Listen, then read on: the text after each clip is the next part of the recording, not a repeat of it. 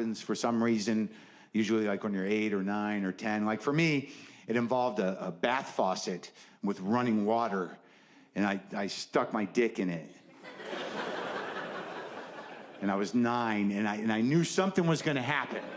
I wasn't sure what it was, but it felt pretty big. And I could have been bad, it could have been good, but I stuck with it. Turned out to be fucking amazing. And a life changer, really a great day. And honestly, I fucked that faucet for 1.5 years. Now, I'm trying to be honest and open. I'll get to the point of this. Then at some point, someone tells you what that feeling is. Maybe you got a kid who has an older brother, or somebody finds a porno magazine, or you find your parents' copy of A Joyous Sex hidden in a mattress, and you can look at fairly realistic renditions of hippies fucking. And once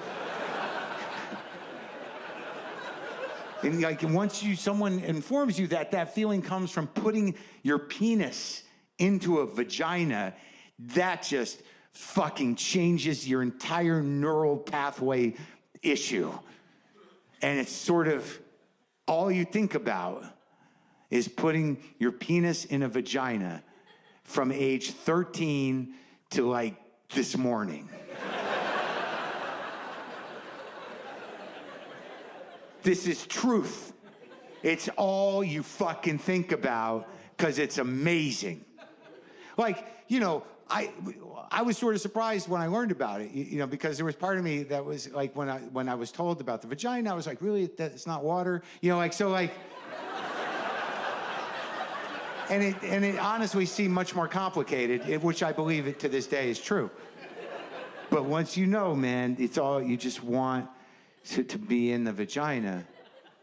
And that's the problem, you know, especially for my generation of men, I think, because I really think that a lot of us didn't really realize in a deep way that women had hopes or dreams or supportive friends, family, things they wanted to do. Those were really just hurdles, you know, to try to put it in the vagina. Just wanted to put it in the vagina. So, like, the way I'm going to try to help is, like, I think a lot of men have the vagina too far up front in their head still, and I think that's not really acceptable, and I think it's at the core of a lot of disrespect. I mean, you know, if you have vagina way up front, you know, women know now it's not good. It's not a good look. It's not a good way to be. Like, you know, you don't have to hug Vicky every day at work. She knows what's up. It's awkward. You know, the weird rubbing the back thing in the break room. What is that? That's not sociable. It's fucking creepy, you know? I would just stop it. You got to move vagina back. Because women can see it now. Vagina's right there. It's, you know, it's disrespectful. It's insensitive. Move it back a few. Maybe, you know, 3 to 5 spaces in your brain. Just move it back, you know. Maybe 3. Maybe like, I don't know. Maybe just like, hey, how's it going? Are you okay? Vagina. You know, like maybe 3's good. I don't know, I'm just trying to help out. 3 to 5, I think. Fill the gap with niceness and, you know, and empathy. It's hard for men to empathize for women because we're not women, and we have to, you know, listen and, you know, just, you can do it. You can do it. But don't be overly crazy. You know, like I've actually found myself occasionally asking for consent in my masturbation fantasies, which I think is too much. Where I'm literally like, are you sure you want to fuck? And she's like, yeah, you're making this up. Yeah, I want to fuck. Just checking. You want to fuck? Yeah, I want to fuck you bad. Okay, I'm just checking. You know, we're on the same page. Weird time now, you know? And I did just see you at Whole Foods for like 30 seconds, so I don't think it's an inappropriate question. Yeah, just fuck me already. So we're fucking, and it's going great. I'm making it up. It's awesome. It's fucking amazing. Totally connected, symbiotic, fucking in it. Just beautiful. And in the middle of it, she just, you know, pushes me off her and says, get off of me. You're freaking me out. And I'm like, what's happening? She's like, I don't feel safe. You're creepy now. Holy shit. What is happening? And then she's getting dressed fast and she's about to tweet something. I'm like, what the fuck is happening? Not an unreasonable question. But the deeper question is, why am I still jerking off to that? You know, like I had complete control over that fantasy, and it got away from me because of my own fear. And I finished by myself, jerking off to me, jerking off, crying that my career would be ruined. So I'm just saying, don't go crazy. Just be nice. That's the message. Look, you guys, I'll share some other tips with you.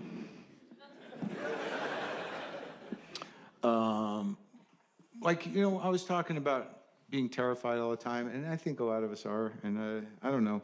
Getting through it is tricky, like I said before, but I also apply some intentional OCD. Like in lieu of spirituality, I think OCD functions pretty well. Like if you have a few things that you do compulsively over and over again, that'll get you through the day. That'll fill the God hole. It's okay.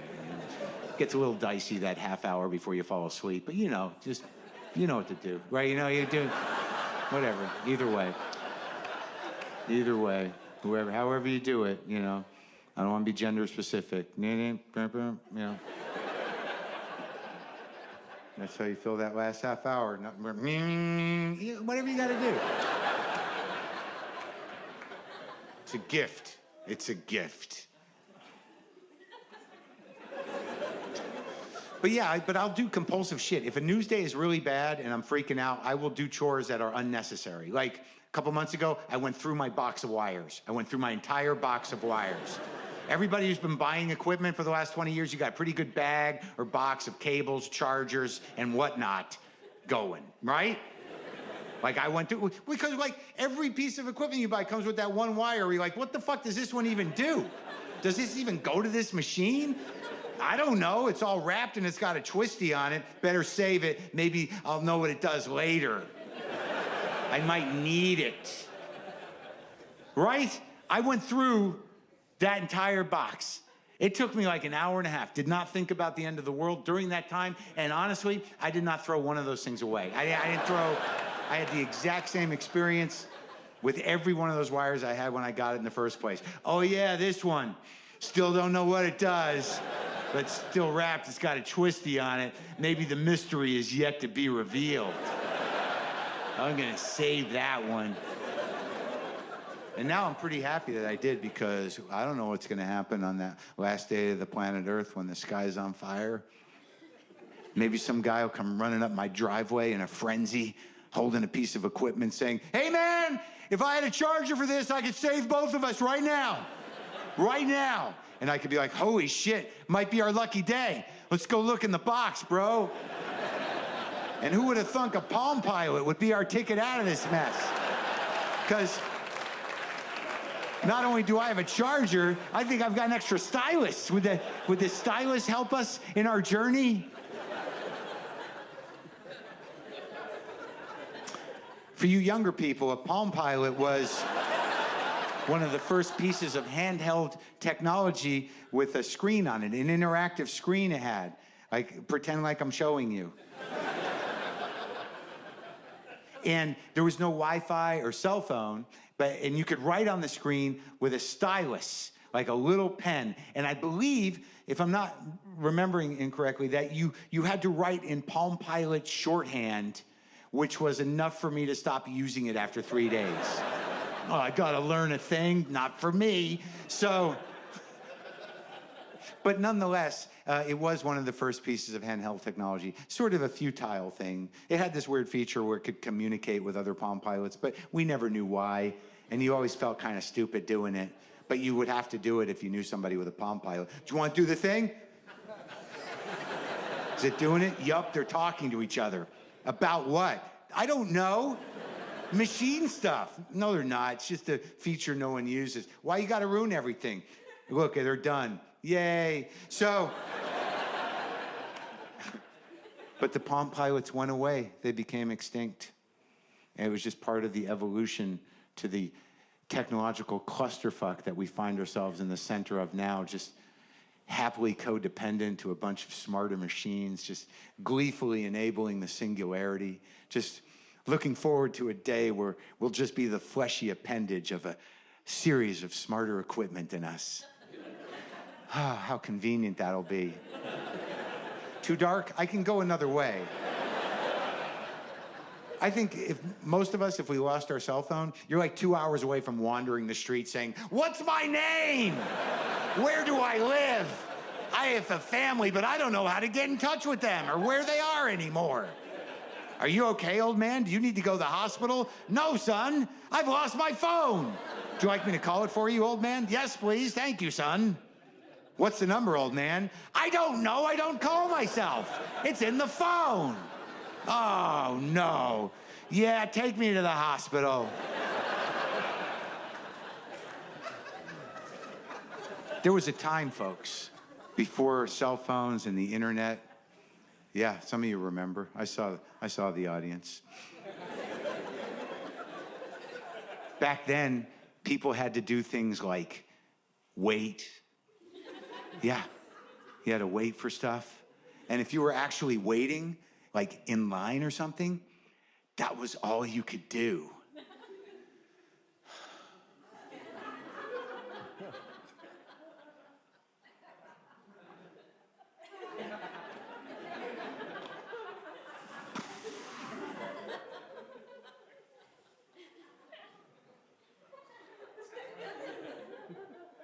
Did you feel all that space I created? That used to be around us all the time. There was all this space that wasn't mental space. I mean, you had to wait to check for your messages at the end of an entire day. Like if you couldn't get calls at work, there was no way anyone could get in touch with you. And at the end of the day, sometimes 6 or 7 at night, you would go home, look at a machine on your kitchen counter to see if a light was blinking. And if it was, you'd actually feel a tangible jolt of excitement. "Oh, message, someone called." And then you push a button, and like 8 out of 10 times it would be, "Nah, nah, nah, nah, nah, nah, nah, nah, nah, nah, nah, nah, nah, nah, nah." Some of you don't even know what that sound is.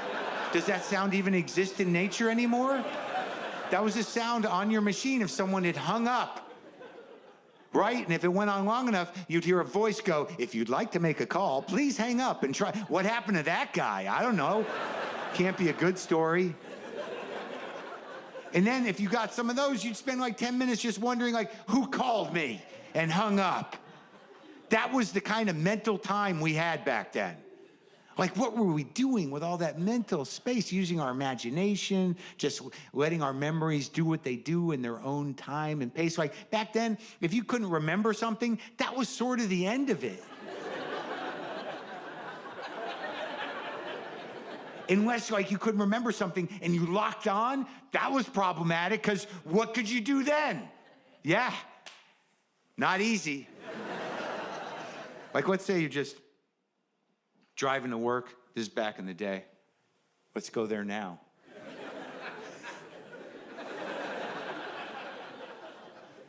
You're just driving to work, maybe listening to a cassette in your in-dash player through some Jensen coaxials or triaxial speakers. If you had a lot to prove, you had a power amp bolted onto the floor. Maybe you're listening to a little Lynyrd Skynyrd's Second Helping. Not a bad band. Stop judging that band. Solid rock band. A lot of good records. Amazing double live album. You're misunderstanding that one song. Listen to it again. Listen to it again. Maybe you're listening to Lil Skynyrd's Second Helping. You know exactly where the tape is fucked up from that day it got stuck in the machine. That was a tough few minutes. Oh, shit. Come on, man. Come on. Oh, yeah. Get it out, get the pen out, roll that cassette back up, pop it back in the deck. Now you know, call me the breeze, baby.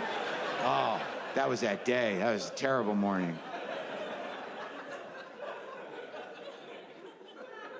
So you're just driving to work, enjoying the music, no cell phone to distract you, no internet. Maybe you're just eating some trail mix on your way to work. I actually am old enough to remember when it became okay to eat trail mix in a non-camping situation. Like, there was definitely a period in my childhood where you only saw trail mix in the camping section at the sporting goods store. And then I remember vaguely seeing a guy just eating trail mix in Life. And I'm like, dude, can you do that? Like, what? Just eat trail mix outside of a camping situation? Yeah, it's just, nuts and dried fruit, sometimes chocolate. But you're not camping. It doesn't matter. It's just nuts and fruit, sometimes chocolate.